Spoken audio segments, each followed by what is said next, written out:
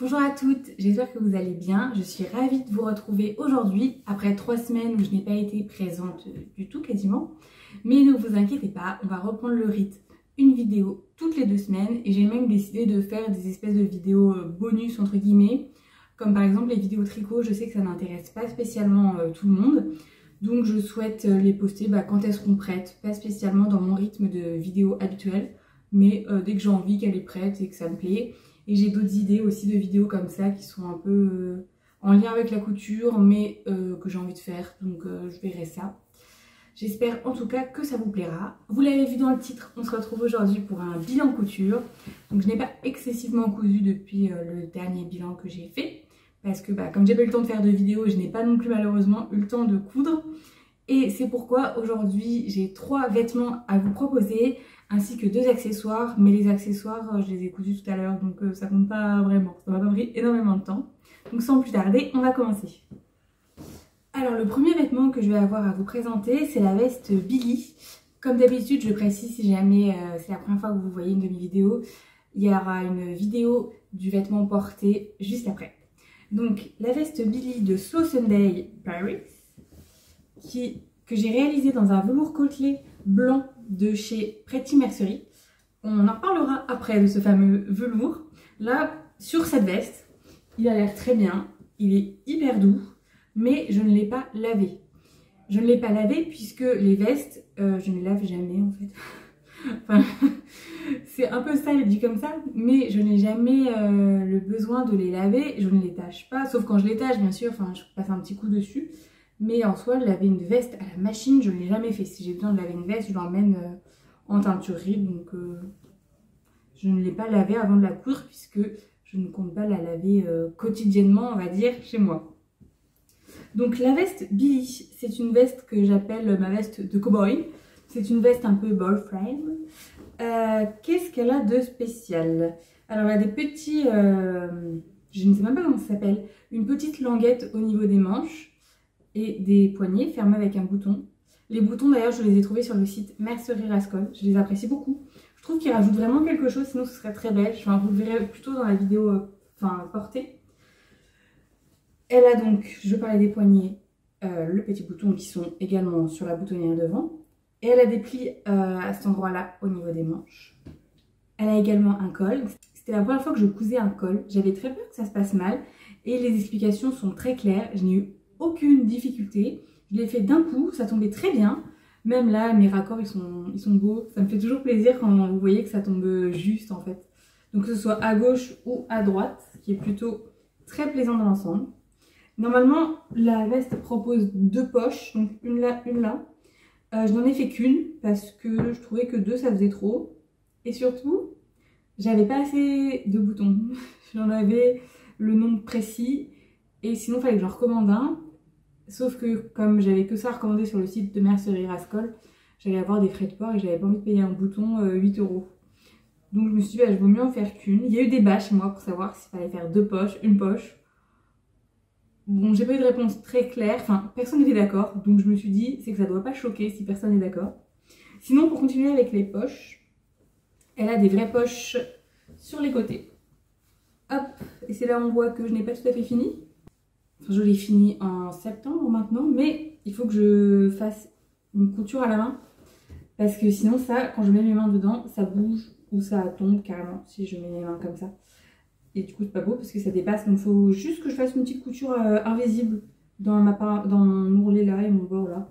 C'est simple mais c'est le genre de truc que j'aime pas faire, donc je le fais pas et à chaque fois je me dis ah oui il faudrait vraiment que je le fasse.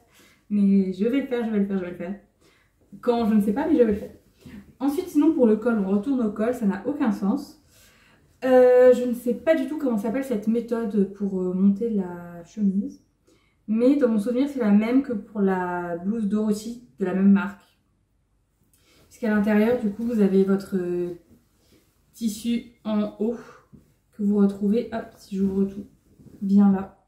Je ne sais plus du tout comment c'était, mais je sais que c'était pas compliqué. Enfin, j'ai réussi, pareil, sans aucune difficulté. Je crois que c'est rare, mais je n'ai pas eu besoin de découdre une pièce que j'avais mal cousue. Donc, c'est que vraiment, c'était hyper simple, tout s'est très bien passé. Ah si, sauf là, j'ai fait le pli à l'envers. En fait, il se fait dans l'autre sens, comme ça. Mais j'ai regardé sur... Donc là en fait mon pli, ça devrait être dehors. Et ça devrait être dedans. Mais j'ai regardé des photos sur Insta. Et il y avait les deux versions. Et comme je comprenais pas le schéma, et après je me suis rendu compte que je l'avais compris à l'envers. Parce que les patrons Slow Sunday sont plutôt très clairs.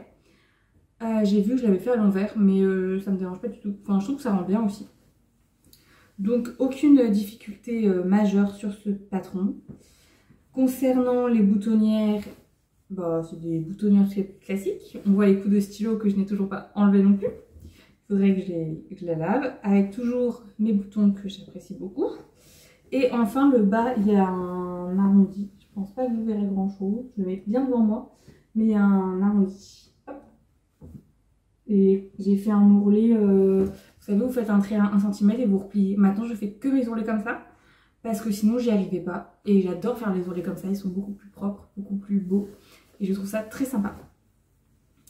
Donc c'est tout pour cette veste. Vraiment j'en suis hyper contente. Si vous cherchez une veste un peu dans cet esprit là, pas compliqué à faire, c'est parfait. Par contre elle n'est pas très chaude puisque c'est simplement du velours côtelé. Il n'y a pas de doublure ou quoi que ce soit. Je pense que vous pouvez le rajouter mais c'est pas prévu au patron. Ce qui m'a un peu étonnée parce que ce genre de veste ça aurait été pas mal doublé. Mais bon voilà. Et pour le tissu, quand il n'est pas lavé, on va en revenir après. Hyper contente de la qualité, il est hyper doux. Mais voilà, j'aurais rien de particulier à dire de plus sur cette veste, je suis très contente. Je l'ai pas mal portée là avant qu'il se remette à faire froid. Et je pense que c'est avec grand plaisir que je la ressortirai au printemps.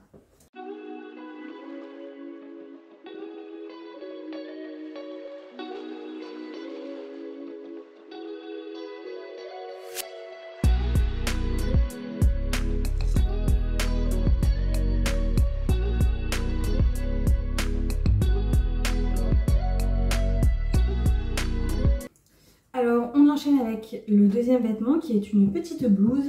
C'est la blouse M comme miroir de M comme Marie.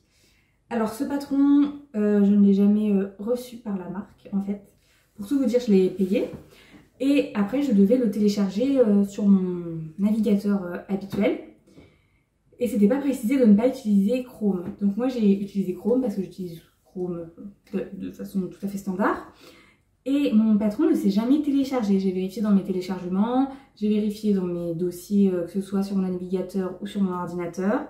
Et comme je ne comprenais pas pourquoi ça ne se téléchargeait pas, j'ai bien insisté et j'ai cliqué au moins 5-6 fois sur le lien qui était donné dans le mail, sachant qu'il est précisé que vous n'avez le droit qu'à 3 téléchargements.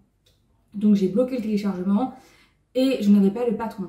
J'ai essayé de le rouvrir sur un autre navigateur. Mais du coup, sur cet autre navigateur, le site m'a indiqué que j'avais atteint le nombre de téléchargements maximal autorisé. Donc je me suis dit, mince, je vais contacter le service client. Alors je les ai contactés, je leur ai fait 3 mails. J'ai pas encore essayé de les appeler, je voulais les appeler, mais je ne les ai pas appelés. Je leur ai fait 3 mails, je leur ai envoyé un message sur Instagram, j'ai fait une story sur Instagram. Je n'ai jamais eu de réponse. Donc pour eux, j'ai payé un patron que je n'ai pas. Donc suite à ma story où j'ai expliqué mes difficultés, il y a quelqu'un adorable, donc je ne veux pas dire qui parce que comme normalement on n'a pas le droit d'envoyer les patrons comme ça me gêne un peu, mais adorable, qui m'a proposé, qui m'a dit bah écoute t'as payé le patron, t'es pas la première qui a des problèmes comme ça avec cette marque, du coup elle m'a dit donne-moi ton mail, je te l'envoie. Donc elle m'a très gentiment envoyé et du coup j'ai pu faire mon patron, mais donc je la remercie, mais je suis quand même très frustrée vis-à-vis de la marque. Donc si jamais vous téléchargez, si jamais vous voulez acheter des patrons de cette marque, peut-être ne passez pas par leur plateforme à eux, ils doivent être disponibles sur diverses plateformes je pense, ou sinon n'utilisez pas Chrome comme moi sans vous énerver, puisque le service client a priori n'a pas l'air très réactif, puisque maintenant ça fait plus d'1 mois, j'ai toujours pas de retour. Et les personnes sur Instagram m'ont dit qu'elles avaient eu le même problème que moi, donc sans retour client, pareil, enfin sans retour du service client. Donc ça doit être assez fréquent malheureusement. Donc ne commandez pas sur ce site. Si vous voulez un de leurs patrons, je vous conseille d'aller chez un revendeur. Donc j'ai quand même réussi à avoir ma petite blouse. Je l'ai faite dans un crêpe Atelier Brunette, puisque mes amis m'avaient offert un bon cadeau sur ce site pour mon anniversaire, que j'ai doublé dans une viscose que je vous avais présentée dans mon haul tissu, mon dernier haul tissu qui vient de Un chat sur un fil, une viscose blanche toute simple. Alors, et c'est là où je commence à avoir des difficultés avec la viscose, la crème de viscose. Et je regardais une vidéo de Rose Cocon et elle disait la même chose. Elle disait qu'elle cousait beaucoup de coton de base en fait, parce qu'elle trouve que la viscose, faut la repasser tout le temps. Et là, vous pouvez voir, je l'ai repassée pour vous la montrer. Déjà, je ne sais pas repasser, je pense que ça se voit dans l'état actuel de ma manche. Et puis, je repasse jamais mes vêtements. Moi, je suis la team, déjà, je les lave, je les mets sur un cintre lorsqu'ils sortent de la machine. Et normalement, c'est bon, vous pouvez le porter. Ça, c'est importable tel quel. Il faut le repasser. Et je ne suis pas une pro du repassage, donc il y aura toujours des traces. Et tout ça pour en revenir à la vidéo de Rose Cocon, où j'ai moi aussi envie de me tourner vers d'autres matières que la viscose, tout simplement pour des problèmes de repassage. Parce que ça m'énerve que vous sortez votre vêtement, vous ne pouvez pas le mettre. Moi, j'ai aucun problème pour coudre la viscose, parce que j'en ai cousu très tôt. Mais franchement, le repassage, je ne supporte pas ça. Et il y a des vêtements que je ne mets pas parce qu'il faut que je les repasse. Donc si mes propres vêtements, je ne les mets pas parce qu'il faut que je les repasse, bah autant que je les fasse en une autre matière. C'est très dommage puisque j'adore le tombé de la viscose. Je trouve que c'est fluide, c'est beau. Mais le problème du repassage est quand même un problème majeur. C'est pourquoi je suis en train de coudre. Donc elle n'est pas finie, vous ne la verrez pas maintenant, mais une robe en tencelle pour voir s'il y aura besoin ou pas de la repasser. Enfin, si un petit coup vite fait, ça suffit. Je verrai ça, je vous en ferai un retour prochainement. Mais elle, effectivement, elle disait qu'elle allait se tourner beaucoup plus vers des cotons. Et moi, je dois avouer que je n'ose pas coudre le coton puisque j'ai peur que ça donne un aspect très rigide. Elle, c'est ce qu'elle disait. Elle disait, on a peur que ça donne un aspect très rigide et finalement, pas tant que ça. Donc je pense que je vais essayer, je vais craquer, je vais aller m'acheter un coton pour faire un vêtement que je voulais faire. Et je verrai si ça donne cet aspect rigide que je ne veux pas ou si finalement tout va très bien. Donc ça c'était la parenthèse viscose fermée. Et pour en revenir donc à cette blouse M comme Marie, alors je l'ai intégralement doublée, enfin intégralement non parce que je n'ai pas doublé les manches. Et là vous pouvez voir que j'ai surjeté tout, mais que même en surjetant tout il y a des fils qui sortent. Hop, je vais vous la retourner, ce sera plus simple. Donc là elle est doublée par ma viscose et là elle est pas doublée parce que c'est les manches. Sur les manches pareil, j'ai souhaité rajouter un petit détail de dentelle. Donc c'est de la dentelle quoi, tout ce qu'il y a de plus basique que j'ai cousu au ras des manches. Et ce qui est bien avec cette chemise, c'est que si vous débutez, elle est hyper simple parce que vous n'avez pas besoin de boutonnière. Alors vous allez me dire, t'es mignonne, il y a des boutons? Oui, mais en fait les boutons sont cousus à même les épaisseurs, vous pouvez l'enfiler, la désenfiler comme ça. Donc ça c'est super pratique. Il n'y a pas besoin de faire des boutonnières et vous avez juste à couper vos boutons quand vous avez fini, en faisant bien attention. Et il n'y a aucun problème. Les boutons, je crois que je les ai achetés à Quartier des Tissus à Tours Sud. Voilà. Et sinon, pour l'ourlet du bas, pareil, j'ai fait comme sur ma veste, comme j'ai fait sur le vêtement que je vais vous présenter après. Donc une première piqûre à 5 mm ou 1 cm en fonction de la longueur que je souhaite. Et grâce à cette piqûre, je peux replier beaucoup plus facilement mon tissu et réaliser mon ourlet sans aucune difficulté. Il y a un léger sous-sail sur cette chemise, c'est que le bas ne tombe pas exact, genre doit y avoir un demi-centimètre. Mais comme je compte la porter dans des vêtements, enfin dans un pantalon ou dans une jupe, ça ne me dérange pas plus que ça. Et sinon, comme je vous l'ai dit, j'ai surjeté tout parce que j'ai eu plusieurs fois des soucis de vêtements que j'ai cousus moi qui ressortent pas du tout à la machine, qui ne supportent pas la machine. Du coup, quand je les sors, les coutures s'effilochent et craquent. Ça m'est arrivé 2 fois et c'est vraiment très désagréable. Donc maintenant que j'ai une surjeteuse, tout ce qui peut être surjeté est surjeté. Comme ça, je limite les risques au maximum. Donc voilà, c'est tout pour cette petite blouse. Je l'aime beaucoup, mais comme je vous l'ai dit, le problème du tissu, qui reste un problème assez important, risque que le problème du tissu me pose problème.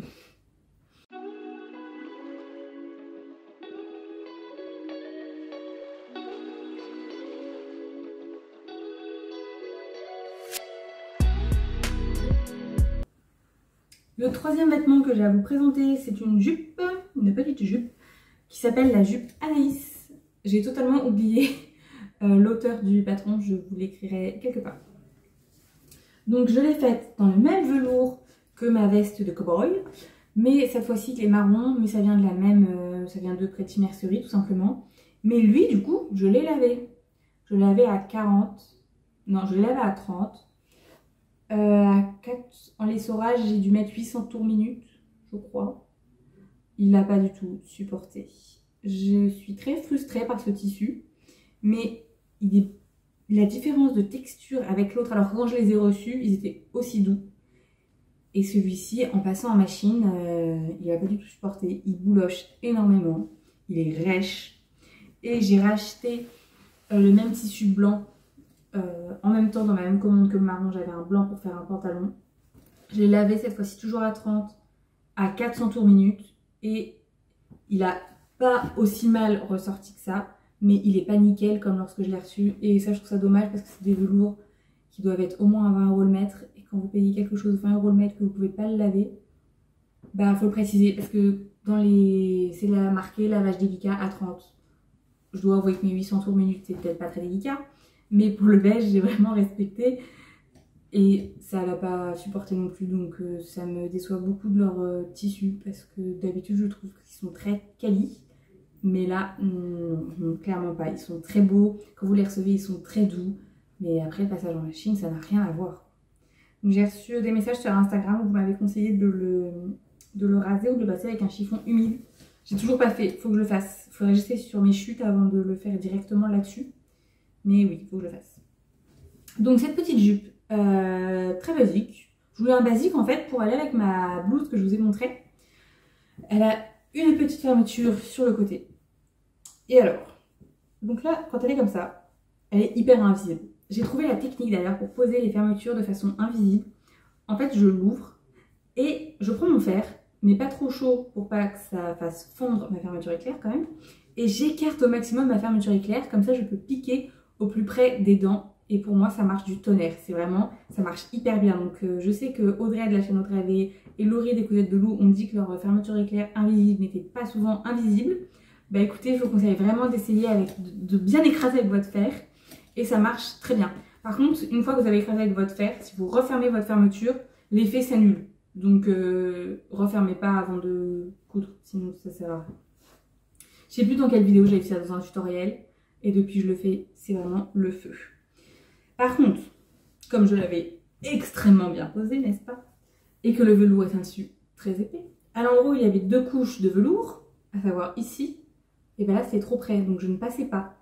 Du coup, j'ai décalé ma couture un peu, c'est pour ça que là si je tire, on voit qu'en plus ce n'est pas la bonne couleur parce que je n'ai pas trouvé. Mais à part ça, franchement ça va. Quand je la porte, ça ne se voit pas. C'est une jupe, je ne l'ai pas précisé, qui est entièrement doublée. Hop, j'ai sorti la doublure. J'ai doublé et j'ai surpiqué la parmenture à l'intérieur, sous-piqué du coup à l'intérieur pour pas que ça ne se voit sur l'extérieur.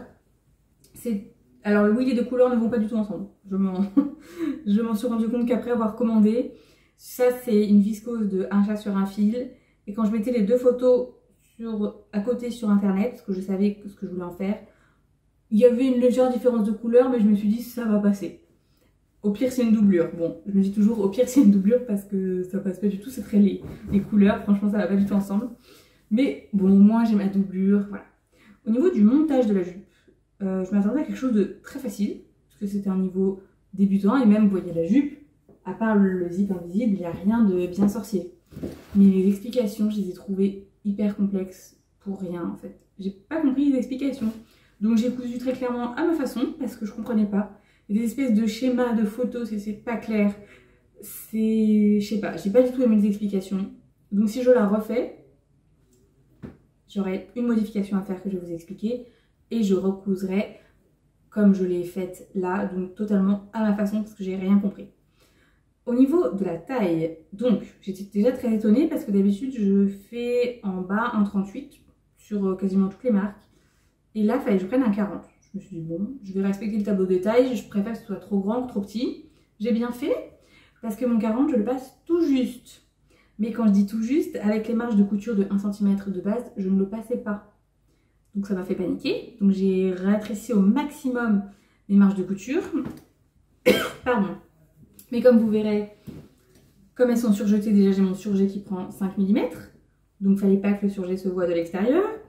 Donc c'était hyper compliqué. Je me suis juste mis à ras du surjet. Et elle est trop petite. Je suis un peu frustrée. Au niveau de la taille, elle me va. Mais au niveau des hanches, alors je la passe, vous l'avez rapporté, mais on sent que je vais pas aller courir un marathon quoi. Quand je dis qu'elle est trop petite, c'est que le tissu il plisse entre les cuisses tout simplement. Et je n'aime pas du tout quand ça plisse comme ça, donc je suis un peu déçue.